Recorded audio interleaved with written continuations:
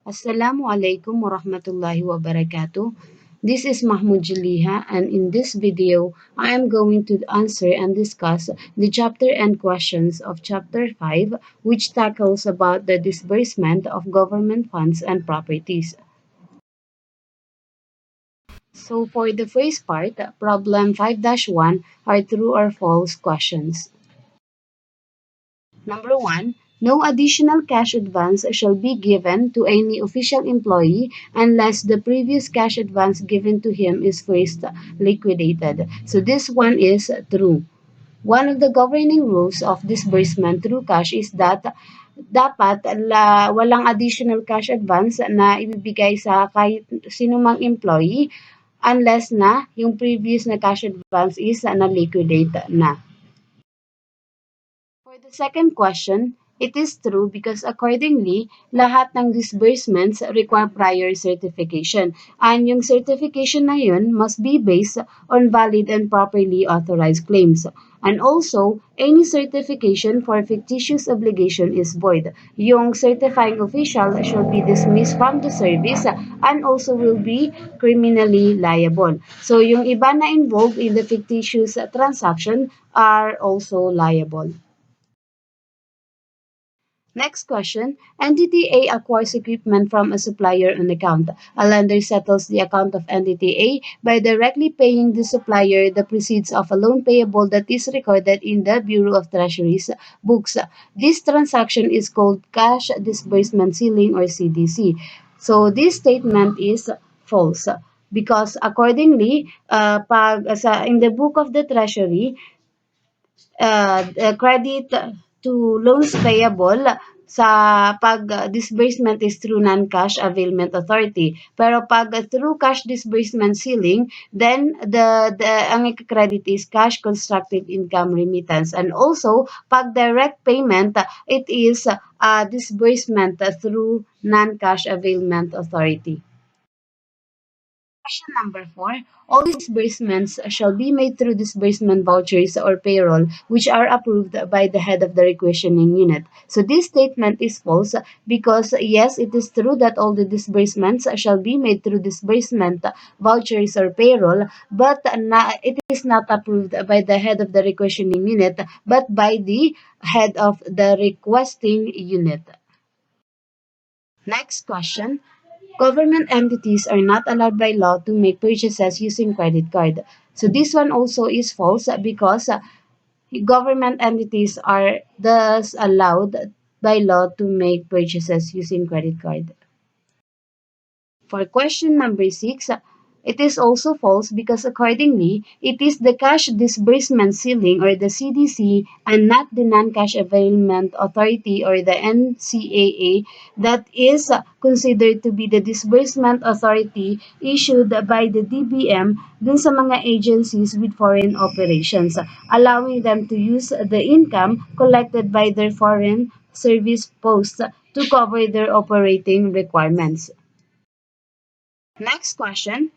It is also false because according to the Government Accounting Manual for National Government Agencies, the advice to debit account or the other mode of disbursement is an authorization for a fund transfer, which means that it is between accounts in the same bank, or a bank transfer, which means between accounts with different banks, from the issuing agency's NCA bank account to the bank accounts of specified payees.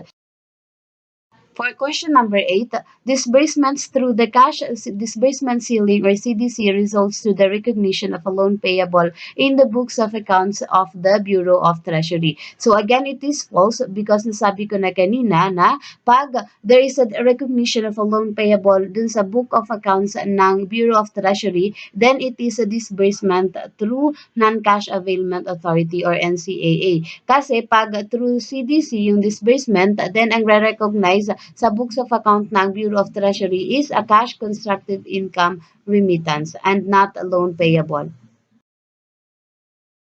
Next question. Under the advice to debit account or other mode of disbursement, payments from a government entity are directly credited to the bank accounts of the payees through fund or bank transfers. So it is true because nasabi ko na kanina na pag-ADA is pwedeng through fund transfer, or through bank transfers. For the last question for this part, the only valid modes of disbursement for a government entity are through cash or check. So obviously it is false kasi aside from a check and cash, pwede rin through cashless payments, which is yung through ADA, electronic modified disbursement system, through credit card, or through non-cash availment authority or tax remittance advice. For the next problem, problem 5-2, are multiple choice questions. So for question number 1, a certification on the availability of allotment is required before a disbursement of government funds is made. So tama yun. According to the Government Accounting Manual for National Government Agencies, who shall issue this certification? So accordingly, it is the budget officer or yung head ng budget unit that shall certify the availability of allotment. Question number 2. The chief accountant shall charge obligations incurred against available allotment to ensure that the answer for this one is letter C, no overdraft is incurred because the incurrence of overdraft is prohibited. So, kailan nga ba nagkakaroon ng overdraft? It is when the obligations exceed the allotment. Question number 3. A certification on the availability of funds and completeness of supporting documents is required before a disbursement of government funds is made. So, according to the Government Accounting Manual for National Government Agencies, sino yung nag-i-issue ng certification? So, accordingly, it is the chief accountant or the head of the accounting unit who shall certify the availability of the funds or the cash and the completeness of the supporting documents before yung head ng agency or yung authorized representative nito can enter into any contract that involves expenditure of public funds. Question number 4. Which of the following results to the recognition in the books of accounts of expenses classified as personnel services? So the answer for this one is letter D, set up for payable for payroll. So actually natakal na natin itong topic na to sa chapter 3. Question number 5. According to the Government Accounting Manual for National Government Agencies, disbursements for salaries and wages shall be supported by, so the answer for this one is letter B, payroll. Because para ma-set up yung payable to officers and employees, dapat meron munang approval dun sa payroll. For question number 6, which of the following results to the recognition of expense? So the answer is letter B, liquidation of cash advance for travel. So napag-aralan na natin sa chapter 3 na dun sa pag-liquidate ng cash advance for travel, nakaka-recognize tayo ng expenses which is traveling expenses, mapa local man or foreign. For question number 7, the entry in the books of a government agency with foreign service post like DFA or DOLE to record the receipt of disbursement authority called the Cash Disbursement Ceiling or CDC includes A. The answer for this one is letter B, a credit to subsidy from national government. Because accordingly, to recognize receipts of CDC from DBM or Department of Budget Management, ang ating entry is to debit the cash constructive income remittance and to credit the subsidy from national government. Thus, the answer is letter B. So for question number 8, the answer is letter B, tax remittance advice. Because ang tax remittance advice or TRA is ginagamit siya para maka-recognize ng first is yung sa books ng national government agencies, yung constructive remittance to BIR and BOC of taxes and custom duties withheld and the constructive receipt of NCA for those taxes and customs duties. And second is dun sa book ng BIR and BOC, yung pag-recognize ng constructive receipt of tax revenue and customs duties. And lastly is sa book ng Bureau of Treasury, which is the constructive receipt of the taxes and custom duties na na-remit. For the next question, all of the following are considered valid cashless disbursements except for letter A, purchase of goods using an electronic card issued by Citibank. So this one is valid because it is through a disbursement through cashless purchase card system. And then next, letter B, payment of payables using a non-cash availment authority, valid. Letter C, remittance of taxes withheld to the BIR through tax remittance advice. Again, it is valid. Next is through online payment through Land Bank of the Philippines electronic modified disbursement system, valid also. So it means na ang invalid lang dito is yung letter E, which is payment to supplier through the LBC Padala. For the last question, which of the following government agencies will most likely be able to obtain a disbursement authority in the form of cash disbursement ceiling or the CDC? So, the answer for this one is letter C, the DFA, because it is a agency with foreign operations, the Department of Foreign Affairs. So next is another multiple choice questions for problem 5-3. For the first question, Entity A disburses a check chargeable against the treasury account.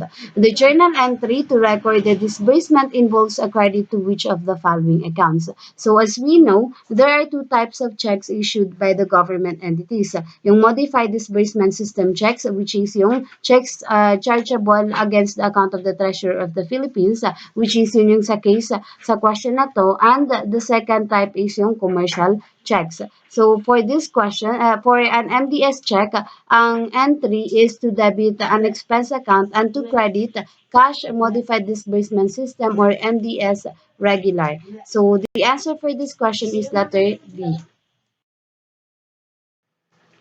For the second question, Entity A sends an employee to an official travel and gives him cash to cover his traveling expenses. Which of the following is most likely the entry to record the cash disbursement? So, napag-aralan na natin sa Chapter 3 na yung entry ng pag-grant ng cash advance for the traveling expenses ng isang employee is to debit advances to officers and employees and to credit the cash modified disbursement system or MDS regular. So the answer is letter C.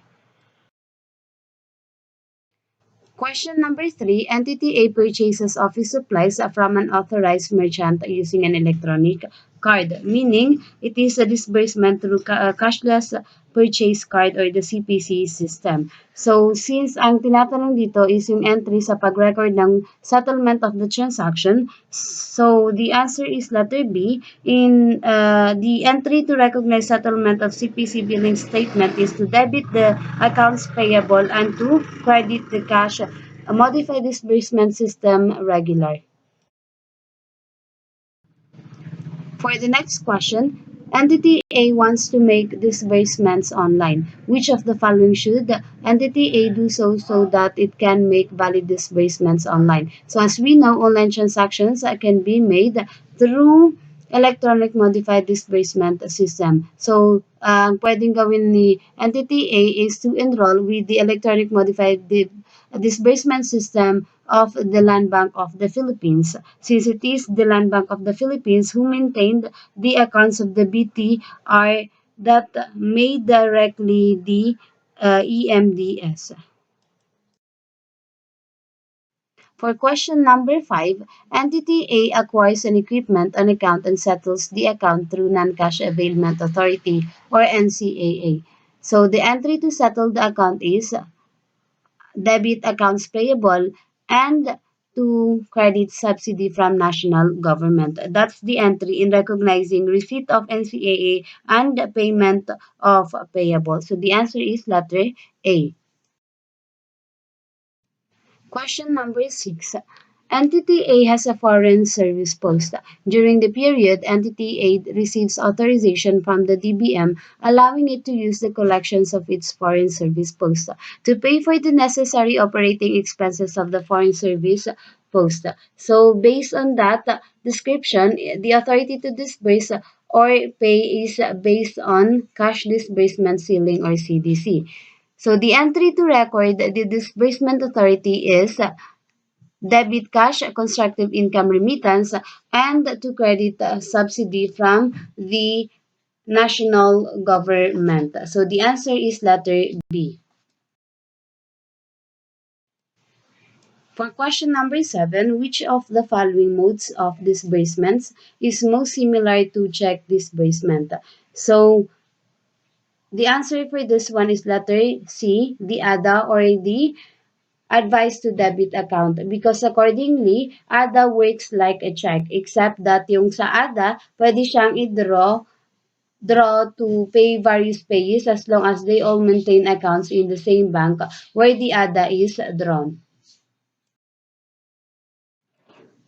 Question number 8. A government entity makes payment through advice to debit account or ADA. The entry most likely to be used in recording the payment or to recognize payment of payables to suppliers or like contractors through the ADA is to debit the accounts payable and to credit cash modified disbursement system regular. So the answer is letter A.